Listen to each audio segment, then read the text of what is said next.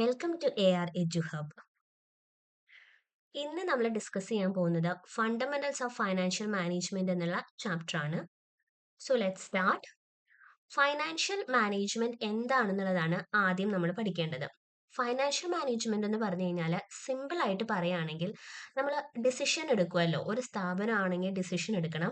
Financial decision എന്തായാലും അവർക്ക് എടുക്കേണ്ടി വരും. അപ്പോൾ ഈ ഫൈനാൻഷ്യൽ ഡിസിഷൻ മേക്കിംഗ് പ്രോസസ്സിൽ മാനേജീരിയൽ പ്രിൻസിപ്പൽസിനെ എങ്ങനെയൊക്കെ അപ്ലൈ ചെയ്യാം എന്നുള്ളതാണ് ഫൈനാൻഷ്യൽ മാനേജ്മെന്റ് നമ്മളെ പഠിപ്പിക്കുന്നത്. സോ മാനേജ്മെന്റും ഉണ്ട്, ഫൈനാൻഷ്യലും ഉണ്ട്. അപ്പോൾ ഫിനാൻസ് എങ്ങനെ മാനേജ് ചെയ്യാം, മാനേജർ പ്രിൻസിപ്പിൾസ് ഉപയോഗിച്ചുകൊണ്ട്. ഇത്രയാണ് സിമ്പിൾ ആയിട്ട് പറഞ്ഞാൽ ഫൈനാൻഷ്യൽ മാനേജ്മെന്റ് കൊണ്ട് ഉദ്ദേശിക്കുന്നത്. നെക്സ്റ്റ് അതേപോലെ ഈ ഒരു ചാപ്റ്ററിൽ അല്ലെങ്കിൽ ഈ ഒരു സബ്ജക്റ്റിൽ ഇമ്പോർട്ടൻ്റ് ആയിട്ടുള്ള ഒരു ടോപ്പിക്കാണ് റിസ്ക് എന്നുള്ളത്. നമുക്ക് എല്ലാവർക്കും അറിയാം, എല്ലാ ബിസിനസ്സിലും എന്തുണ്ട്, റിസ്ക് ഉണ്ട്. ഇപ്പൊ റിസ്ക് എന്ന് പറഞ്ഞാൽ എന്താണ്? നമ്മളൊരു ബിസിനസ്സിൽ ഇൻവെസ്റ്റ് ചെയ്യാണ്, അതല്ലെങ്കിൽ നമ്മൾ എവിടെയെങ്കിലും ഇൻവെസ്റ്റ് ചെയ്യുവാണെങ്കിൽ നമ്മൾ എന്തെങ്കിലും തിരിച്ച് പ്രതീക്ഷിച്ചിട്ടാണല്ലോ ഇൻവെസ്റ്റ് ചെയ്യുന്നത്. ആ പ്രതീക്ഷിക്കുന്നതിനെയാണ് എന്ത് പറയുന്നത്, റിട്ടേൺ എന്ന് പറയുന്നത്. അപ്പൊ നമ്മൾ പ്രതീക്ഷിക്കുന്ന റിട്ടേണിൽ എത്രത്തോളം വേരിയബിലിറ്റി, എത്രത്തോളം ചേഞ്ചസ് ഉണ്ടാകാം, അതിനെയാണ് എന്ത് പറയുന്നത്, റിസ്ക് എന്ന് പറയുന്നത്. ഓക്കെ. ദെൻ നെക്സ്റ്റ് വരുന്നത് ഒബ്ജക്റ്റീവ്സ് ഓഫ് ഫിനാൻഷ്യൽ മാനേജ്മെന്റ് ആണ്. മെയിൻ ആയിട്ട് ഫൈനാൻഷ്യൽ മാനേജ്മെന്റിന് രണ്ട് ഒബ്ജക്റ്റീവ്സ് ആണുള്ളത്.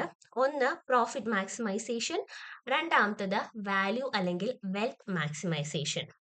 പ്രോഫിറ്റ് മാക്സിമൈസേഷൻ എന്ന് പറയുമ്പോൾ ഏറ്റവും പഴയ കോൺസെപ്റ്റ് മുതൽ, അതായത് ബിസിനസ് തുടങ്ങിയ കാലം മുതലേ ഉള്ള ഏറ്റവും പ്രൈം ആയിട്ടുള്ള ഒബ്ജക്റ്റീവ് എന്താണ്, പ്രോഫിറ്റ് മാക്സിമൈസേഷൻ ആണ്. അതിനൊക്കെ ഒരുപാട് കാലങ്ങൾക്ക് ശേഷമാണ് വെൽത്ത് മാക്സിമൈസേഷൻ അല്ലെങ്കിൽ വാല്യൂ മാക്സിമൈസേഷൻ എന്നുള്ള ഒരു ടോപ്പിക് എമർജ് ചെയ്തത് തന്നെ. അപ്പോൾ പ്രോഫിറ്റ് മാക്സിമൈസേഷൻ എന്ന് പറഞ്ഞു കഴിഞ്ഞാൽ നമ്മുടെ ബിസിനസിന്റെ ഏറ്റവും കീ ഒബ്ജക്റ്റീവ് എന്താണ്, റവന്യൂ കൂട്ടുക, കോസ്റ്റ് കുറയ്ക്കുക. റവന്യൂ കൂട്ടി കോസ്റ്റ് കുറച്ചാൽ സ്വാഭാവികമായിട്ട് എന്ത് സംഭവിക്കും, പ്രോഫിറ്റ് കൂടും. അപ്പോൾ ലോസിനെ കുറച്ചുകൊണ്ട്, ലോസിനെ കുറയ്ക്കുക എന്ന് പറയുമ്പോൾ കോസ്റ്റ് കുറയ്ക്കുന്നു, റവന്യൂ കൂട്ടുന്നു, അപ്പോൾ ലോസ് കുറയുന്നു, പ്രോഫിറ്റ് കൂടുന്നു. ഈ ഒരു പ്രൊസീജിയർ ആണ് എന്ത്, പ്രോഫിറ്റ് മാക്സിമൈസേഷൻ കൊണ്ട് ഉദ്ദേശിക്കുന്നത്. നെക്സ്റ്റ് വൺ ഇസ് വാല്യൂ അല്ലെങ്കിൽ വെൽത്ത് മാക്സിമൈസേഷൻ ആണ്.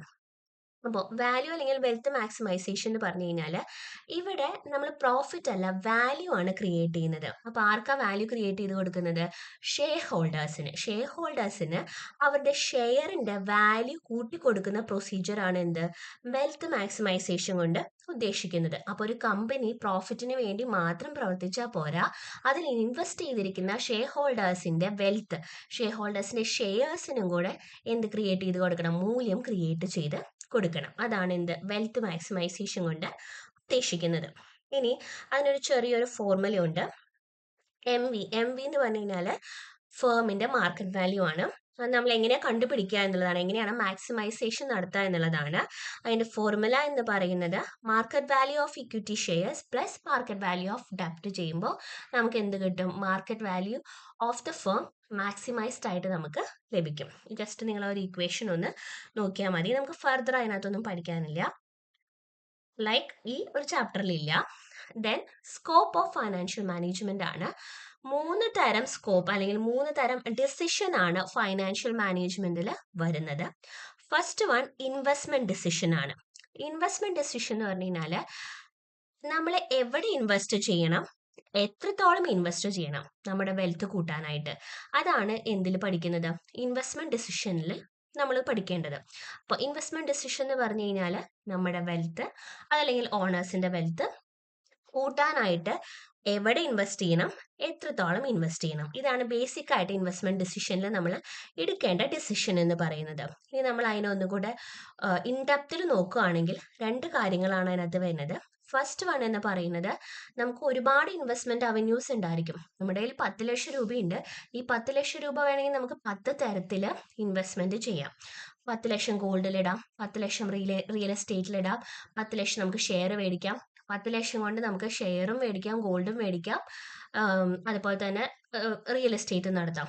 ഏത് കോമ്പിനേഷൻ, ഏത് വേണം നമ്മൾ സെലക്ട് ചെയ്യുക എന്നുള്ളതാണ് ഫസ്റ്റത്തെ കാര്യം. അപ്പോൾ ഓൾട്ടർനേറ്റീവ് ഇൻവെസ്റ്റ്മെന്റിനെ ഇവാലുവേറ്റ് ചെയ്ത് അതിൽ നിന്ന് ഏറ്റവും നല്ലത് സെലക്ട് ചെയ്യാനായിട്ട് നമുക്ക് പറ്റണം. Second one, monitoring and implementation of the selected investment option. ഇതിൽ പറയുന്നത് എന്താണെന്ന് വെച്ച് കഴിഞ്ഞാൽ, നമ്മളൊരു ഇൻവെസ്റ്റ്മെന്റ് ഡിസിഷൻ എടുത്തു, അതായത് ഒരു ഓൾട്ടർനേറ്റീവ് നമ്മൾ സെലക്ട് ചെയ്തു.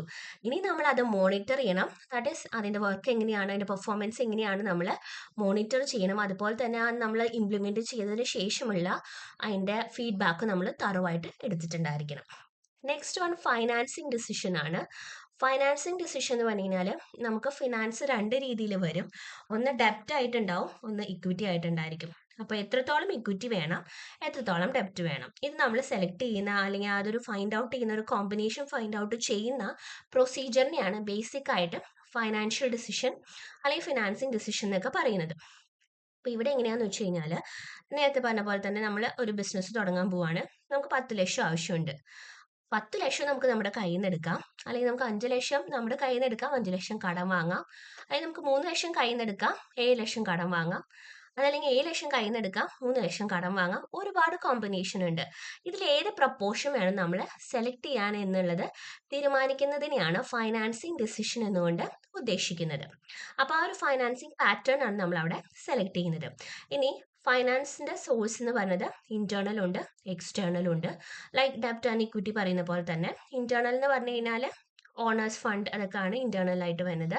എക്സ്റ്റേണൽ എന്ന് പറഞ്ഞാൽ ഔട്ട്സൈഡേഴ്സ് ഫണ്ട് ആണ് വരുന്നത്. Next one is dividend decision ആണ്.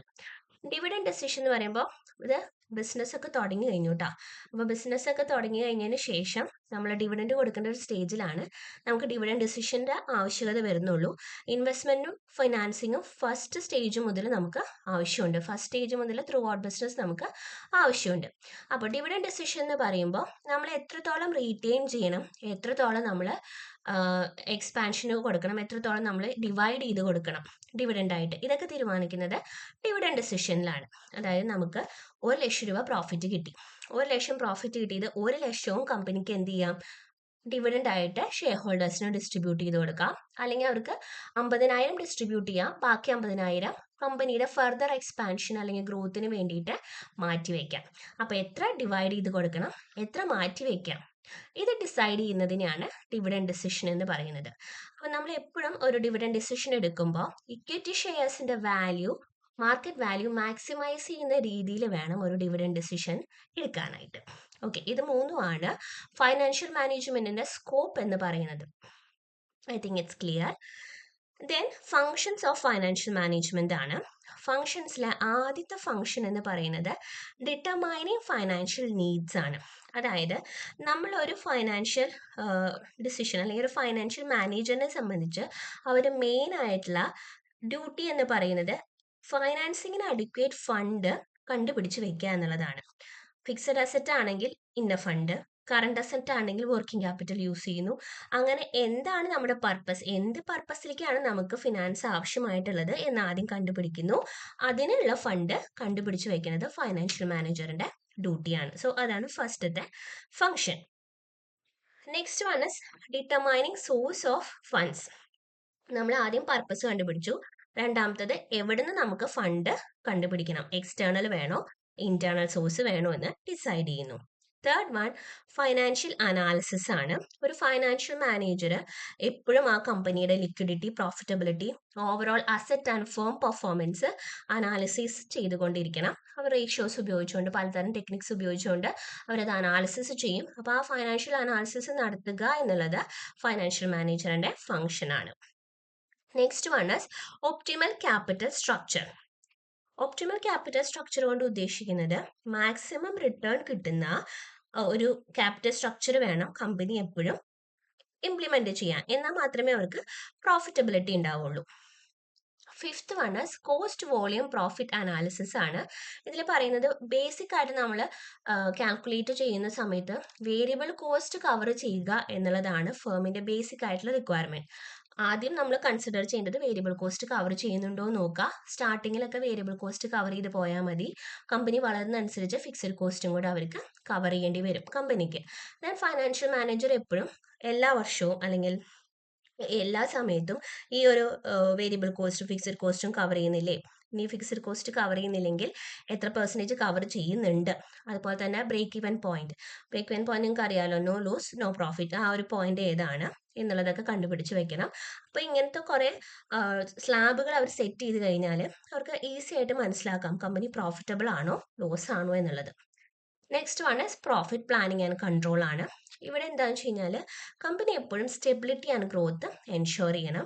എപ്പോഴും അവർ കോസ്റ്റ് കണ്ടുപിടിച്ചിട്ടുണ്ടായിരിക്കണം, എത്രയാണ് കോസ്റ്റ് എന്നുള്ളത്, എത്രയാണ് നമ്മൾ ഏൺ ചെയ്യുന്നതെന്നും നമ്മൾ കണ്ടുപിടിച്ചിട്ടുണ്ടായിരിക്കണം. നമ്മുടെ വരവിനേക്കാളും കൂടുതലാണ് ചെലവ് എങ്കിൽ നമ്മുടെ പ്ലാനിങ്ങും തെറ്റി നമുക്കവിടെ കൺട്രോൾ ഇല്ല എന്നാണ് അർത്ഥം. അപ്പോൾ എപ്പോഴും കമ്പനിയുടെ ചെലവിനേക്കാളും കൂടുതലായിരിക്കണം കമ്പനിയുടെ റവന്യൂ എന്ന് പറയുന്നത്.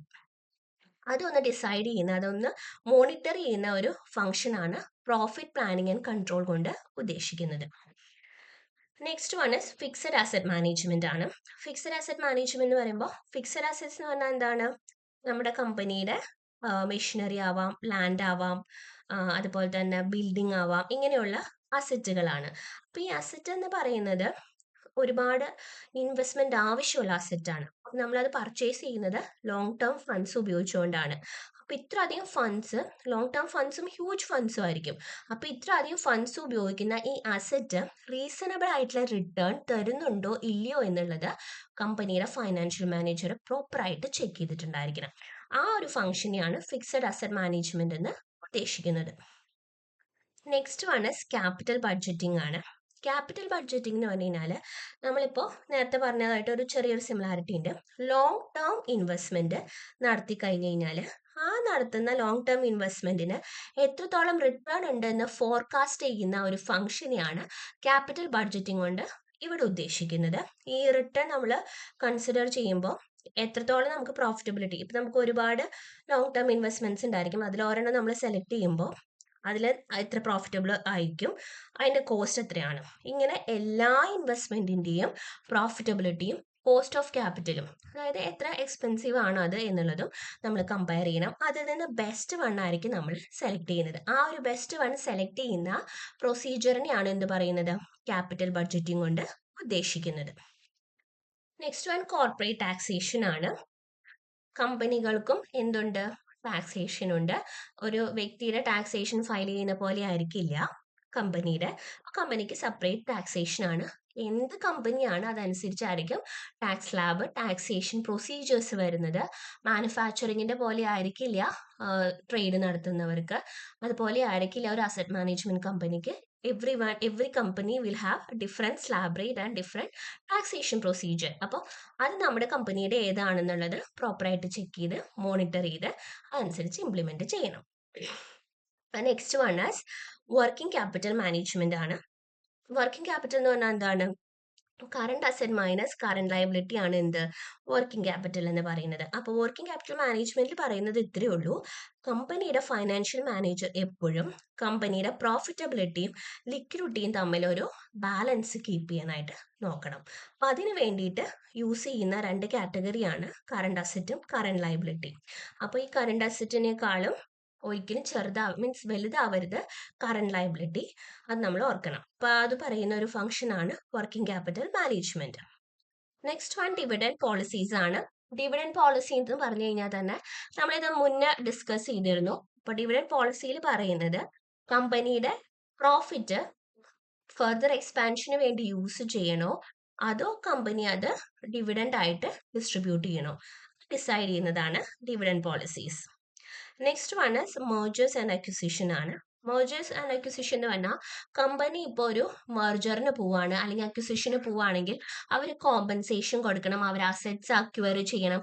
അപ്പോൾ അത് മറ്റുള്ള കമ്പനിയുടെ അസറ്റ് പ്രോപ്പറായിട്ട് വാല്യൂ ചെയ്യാനും അതേപോലെ തന്നെ എത്ര കോമ്പൻസേഷൻ കൊടുക്കുന്നുണ്ട്, അത് നമ്മൾ കൊടുക്കേണ്ട ആവശ്യകതയുണ്ടോ, ഇങ്ങനെയുള്ള കാര്യങ്ങളൊക്കെ ഡിസൈഡ് ചെയ്യേണ്ടത്, ആ ഒരു കാര്യങ്ങളൊക്കെ ചെയ്യുന്നത് ഈ ഒരു ഫൈനാൻഷ്യൽ മാനേജറാണ്. അപ്പോൾ ഫൈനാൻഷ്യൽ മാനേജ്മെന്റിന്റെ ഒരു ഫംഗ്ഷൻ കൂടിയാണ് എന്ത്, മെർജർ അല്ലെങ്കിൽ അക്വിസിഷൻ നടക്കുന്ന സമയത്ത് പ്രോപ്പറായിട്ട് അസറ്റിന്റെയും അതുപോലെ തന്നെ നമ്മൾ കൊടുക്കുന്ന കോമ്പൻസേഷൻ എമൗണ്ടിന്റെ ഒക്കെ വാലിഡേഷൻ നടത്തുക എന്നുള്ളത്.